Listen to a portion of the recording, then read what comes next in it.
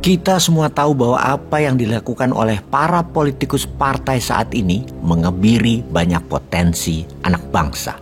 Mereka buat aturan berdasarkan kepentingan golongan mereka. Seperti misalnya threshold 20% di parlemen dalam pencalonan presiden. Sudah gitu, setiap partai tidak ada konvensi penyeleksian kader secara terbuka. Di dalam pemilihan calon presiden dari partai, entah bagaimana caranya mereka mengukur calon tadi atau menakarnya, sehingga dalam satu partai saja hanya ada satu calon yang tidak diadu secara terbuka agar masyarakat ikut terinformasikan. Dengan sistem yang politikus partai lakukan sekarang, maka anggota partai menjadi berkuasa terlalu absolut di sistem bernegara Indonesia saat ini. Kekuasaan absolut itu berbahaya, bisa membawa ke arah kerusakan parah bernegaranya. Failed state, negara gagal. Lingkaran kekuasaan ada di kalangan elit partai, di kalangan elit pemerintah.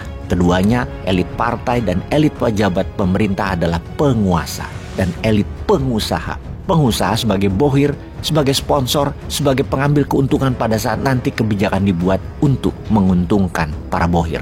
Sesungguhnya ini adalah sistem yang tidak adil, tidak demokrasi, memenjara potensi, dan bisa menghancurkan sendi-sendi bernegara. Negara sekarang ke arah disintegrasi, keterpisahan yang sangat parah. Juga ketidakberfungsian sistem keadilan, baik keadilan sosial maupun keadilan ekonomi. Suara-suara berbeda yang lain tidak bisa terdengar.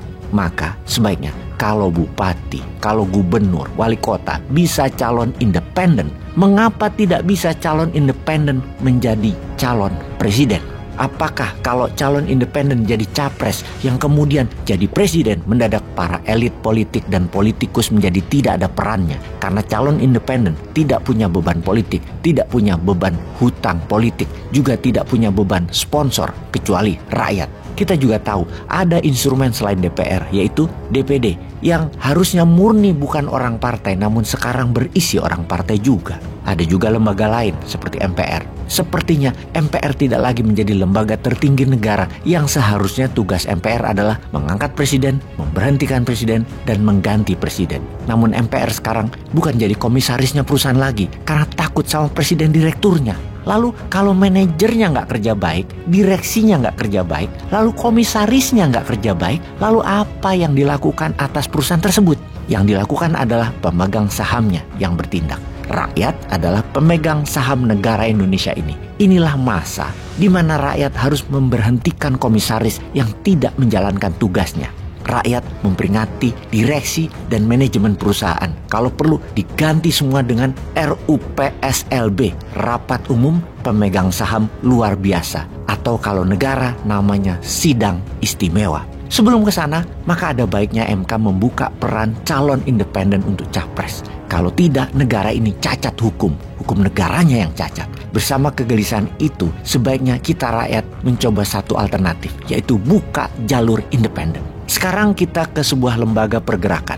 MPRD RI adalah Majelis Rakyat Desa, menggabungkan semua elemen kekuatan desa yang berjumlah lebih dari 86.000 desa yang terwakili dalam organisasi. Kegelisahan rakyat desa melihat situasi dan kondisi bernegara bangsa Indonesia saat ini yang tidak mempunyai grand design arah pembangunan yang jelas, terutama desa. Seperti pada garis besar haluan negara atau GBHN yang berkelanjutan untuk tahap 5 tahun, 10 tahun, dan 25 tahun. Kegelisahan akses politik yang buntu membuat berbagai elemen organisasi desa berkumpul dan bersatu serta mendeklarasi sebuah majelis yang berakar dari Ormas Gerbang Sari, FKBPD, Apetnas, Apdesi, Apetsi, dan Permandes yang bernama Majelis Pemusyawaratan Rakyat Desa Republik Indonesia atau disingkat MPRD RI di Gedung Juang Menteng 45, Senin 2 Oktober 2023. Awal mulanya diinisiasi dari Gerbang Sari, Gerakan Kebangkitan Desa Mandiri yang merupakan konstituen DPD Dewan Perwakilan Daerah di tahun 2021. Gerbang Sari aktif melakukan pembinaan desa mandiri sejak tahun 2007, kemudian berkiprah ke tingkat nasional sejak tahun 2014, berhasil menggagas yang diterima pemerintah atas usulan agar setiap desa mendapatkan dana 1 miliar setahun. Kemudian berhasil juga menggolkan jabatan kepala desa selama 9 tahun. Sekarang ke depannya, MPRD RI lebih agresif lagi dengan mengkampanyekan hashtag Desa Kaya, Negara Berdaya. di bawah Majelis Permusyawaratan Rakyat Desa Republik Indonesia akan mengusulkan desa mandiri dengan dana desa sekitar 35 miliar per desa yang sampai selamanya desa tersebut tidak memerlukan lagi anggaran dari pemerintah pusat karena telah mandiri bisa menghidupi diri mengelola dalam bentuk KUD Bank Desa Mandiri. Adapun sebagai pernyataan komunike bersama, para Dewan Pendiri dan Dewan Kolegium MPRD RI telah mengumumkan akan mengadakan konvensi untuk Capres 2024. Untuk itu,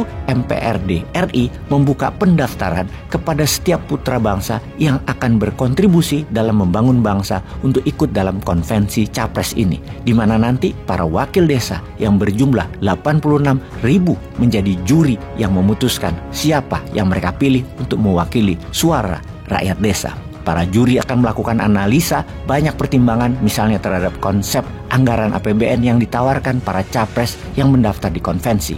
Asumsi APBN yang ditawarkan seperti apa dan bagaimana konsep kepemimpinannya dalam membangun desa. Hal seperti itu akan dianalisis dalam menentukan capres MPRD RI. Untuk syarat capres independen, Bapak Joko Wandiatmoko selaku Ketua Dewan Presidium MPRD RI menyatakan dibutuhkan 30 juta KTP dukungan dari masyarakat. Untuk syarat itu, MPRD RI punya kekuatan yang real karena data yang dimiliki adalah by name, by address. Sehubungan dengan konvensi capres tersebut, ini yang kita tunggu-tunggu. Wani Ki Bosman, kita gaspol.